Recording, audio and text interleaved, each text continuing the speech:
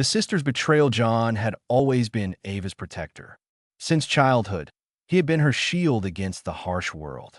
Their parents died when they were young, and John, barely an adult himself, had to take responsibility. He worked tirelessly to provide for her, ensuring she had a good education, a comfortable life, and the love of a family. Even when he had to sacrifice his own dreams, Ava was bright, ambitious, and beautiful. She loved the finer things in life: luxury, status, power. John never judged her desires. He only worked harder to give her the life she wanted. He built his own small business, starting from nothing, and after years of struggle, he became successful. The two of them were inseparable. He thought he knew her better than anyone, but he was wrong. It started with whispers, rumors that John's company was involved in financial fraud. At first, he dismissed them as jealous competitors trying to tarnish his reputation. But soon, clients started backing out, banks froze his accounts, and one day, the police arrived at his office with an arrest warrant. John was charged with embezzlement, accused of siphoning millions from investors. The evidence was overwhelming: bank transactions, signed documents, and witness testimonies. His name was on every fraudulent transfer. He pleaded his innocence, but no one believed him. Even his most trusted employees distanced themselves, and his so-called friends disappeared overnight. But the worst pain of all was when Ava refused to meet him. Sitting in his cold prison cell, John replayed every moment, trying to make sense of what had happened. He thought about his sister, how she had always been reckless with money but had never betrayed him before. Maybe she was scared. Maybe she didn't know how to help him. Then one day, he received a letter. John's hands trembled as he opened the envelope. Inside, written in Ava's elegant handwriting, were just a few words: asterisk. "I'm sorry, John, but I had no choice." Asterisk. John's world shattered. His own sister had set him up. Ava had been the one behind everything. She had been living a secret life, gambling, partying, and getting involved with dangerous people. When she found herself drowning in debt, she made a deal with the very people who now owned her. They needed a scapegoat, someone whose downfall would benefit them, and she gave them John.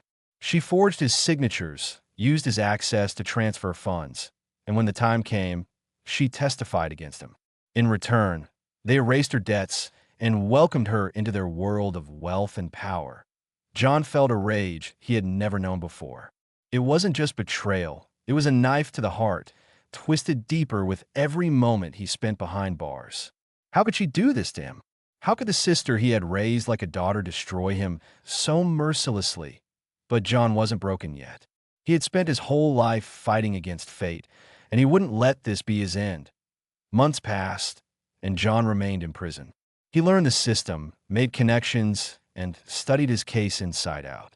Then, one day, an unexpected ally appeared, a journalist named Lily. She had been following his story, convinced there was more to it than what was reported. Together, they started digging.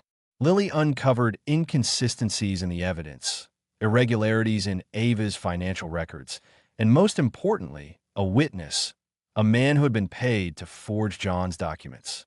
Slowly, piece by piece, the truth unraveled. It took 2 years, but John finally got his day in court. With new evidence, the case was reopened. Ava, who had thought herself untouchable, was now in the spotlight. Her lavish lifestyle, her connections, and her betrayal were all exposed.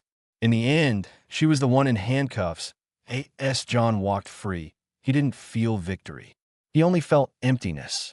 The sister he had once loved more than anything was gone, lost to greed and ambition. He could never forgive her. Some wounds never heal. Ava was sentenced to 15 years in prison. John rebuilt his life, but he was never the same. He no longer trusted blindly, no longer believed in unconditional love. He had learned the hardest lesson of all. Sometimes, the greatest enemy wears the face of family. But the story didn't end there. Ava's time in prison was harsh. The luxury she had once cherished was gone, replaced by cold walls and cruel faces. She tried to use her old tricks, manipulate people, charm her way into a better situation, but it never worked for long. She had burned too many bridges, made too many enemies. Meanwhile, John was trying to move on, but the ghosts of the past haunted him. He kept wondering, why had she done it? Had she ever loved him, or had she been planning this betrayal for years? These thoughts kept him awake at night, making peace impossible. One day, John received another letter. This time, it was from Lily, the journalist who had helped him. Asterisk, Ava wants to see you. Asterisk, John hesitated. He had sworn never to see her again. But something inside him, perhaps the ghost of the brother who had once loved his sister, pushed him to go. When he arrived at the prison, he found Ava looking different. Her once perfect hair was unkempt, her skin pale, her eyes filled with something he had never seen before. Regret. She looked at him for a long time before speaking. Asterisk, I was wrong, John. Asterisk, her voice was hoarse. Asterisk, I thought I was smarter than everyone. I thought I could play the game and win. But I lost everything. Asterisk, John said nothing. Tears welled in her eyes. Asterisk, I don't expect you to forgive me, but I wanted you to know I never hated you. I was just afraid. Afraid of being nothing. And I made the worst mistake of my life. Asterisk, for the first time, John saw the little sister he had once loved. Not the manipulator, not the betrayer, but the scared girl who had lost her way. He stood up. Asterisk, goodbye, Ava. Asterisk, as he walked away, she called after him. Asterisk, John, wait. Asterisk, but he didn't stop. Some wounds never heal, and some betrayals can never be undone. John left the prison, stepping into the sunlight, knowing he would never see his sister again. Years later, John became a mentor to young entrepreneurs, helping them navigate business with integrity. He built a new empire, one not based on blind trust, but on careful alliances. Lily remained by his side, her investigative skills helping him uncover corruption and fight for justice. As for Ava, her name faded from the world.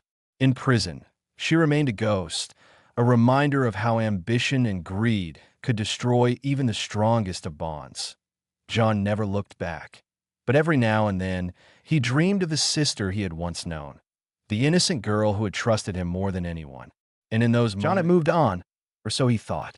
Years had passed since he walked away from Ava, leaving her to the fate she had carved for herself. He had rebuilt his business, surrounded himself with people he could trust, and even started a family. Yet, no matter how much success he achieved, the ghost of his sister's betrayal never truly left him. One evening, while reviewing financial reports in his study, he received a call from an unknown number. He hesitated before answering. John, the voice was weak, almost a whisper, but unmistakable. Ava, his grip tightened around the phone. He had promised himself he would never speak to her again. I need your help, she said, her voice breaking. John closed his eyes, trying to suppress the flood of emotions. Help? After everything you did to me? Please. I have no one else, she pleaded. I am dying, John. Despite every fiber of his being screaming at him to ignore her, something inside him wouldn't let him. The next morning, he found himself driving to the prison where Ava had spent the last decade. When he saw her, his breath caught in his throat. She was a shadow of her former self.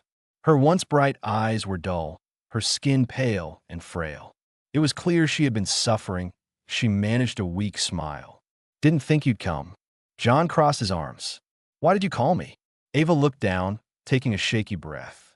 I have cancer. Doctors say I have a few months, maybe less. A long silence followed. John had spent years resenting her, yet seeing her like this stirred something he thought he had buried. Why tell me? He asked finally. She looked up, her eyes pleading. Because I need to make things right. Ava revealed that there was more to the story than John ever knew. The people who had manipulated her, the powerful figures who had used her to destroy John, were still out there, and they were more dangerous than ever. They used me, John, just like they used countless others. But I kept something they don't know about, she whispered. Proof, records, names. I hid them before I was arrested. John frowned. Why are you telling me this now? She coughed, wincing in pain. Because they won't let me live much longer. They know I'm sick, and they know I have nothing to lose. If they find out I contacted you, I won't see next week. John clenched his fists. He wanted to walk away, to leave her to her fate. But if what she was saying was true, then the people who destroyed his life were still free, still ruining others. Ava pulled out a small, tattered notebook from under her prison uniform. This is the key to everything. Jean hesitated before taking it. Whatever you do, she whispered, don't trust anyone. John spent the next few weeks going through the information Ava had given him. It was worse than he had imagined. Politicians, businessmen, law enforcement officials, all connected in a web of corruption. His own downfall had just been a small part of a much bigger game. Then, the threat started that IT began with anonymous messages. Then, his office was ransacked. One night, he woke up to find his car engulfed in flames. They knew. John realized he had two choices: run and forget about it, or fight back. And after everything he had lost, he knew there was only one path forward. With the help of Lily, the journalist who had once saved him, he began piecing together a case. They leaked small pieces of information to trusted contacts in the media, just enough to stir public interest, but not enough to tip off their enemies completely. Then, one night, John received another call that IT wasn't Ava. She's dead, the voice on the other end said coldly. And if you don't stop now, you'll be next. John felt his heart tighten. Despite everything, despite the betrayal, she had been his sister. And now, she was gone. But instead of fear, all he felt was rage. Ava had made her final choice, to give John the weapon he needed to fight back. And he wouldn't let her sacrifice be in vain. The battle wasn't over. IT had just begun.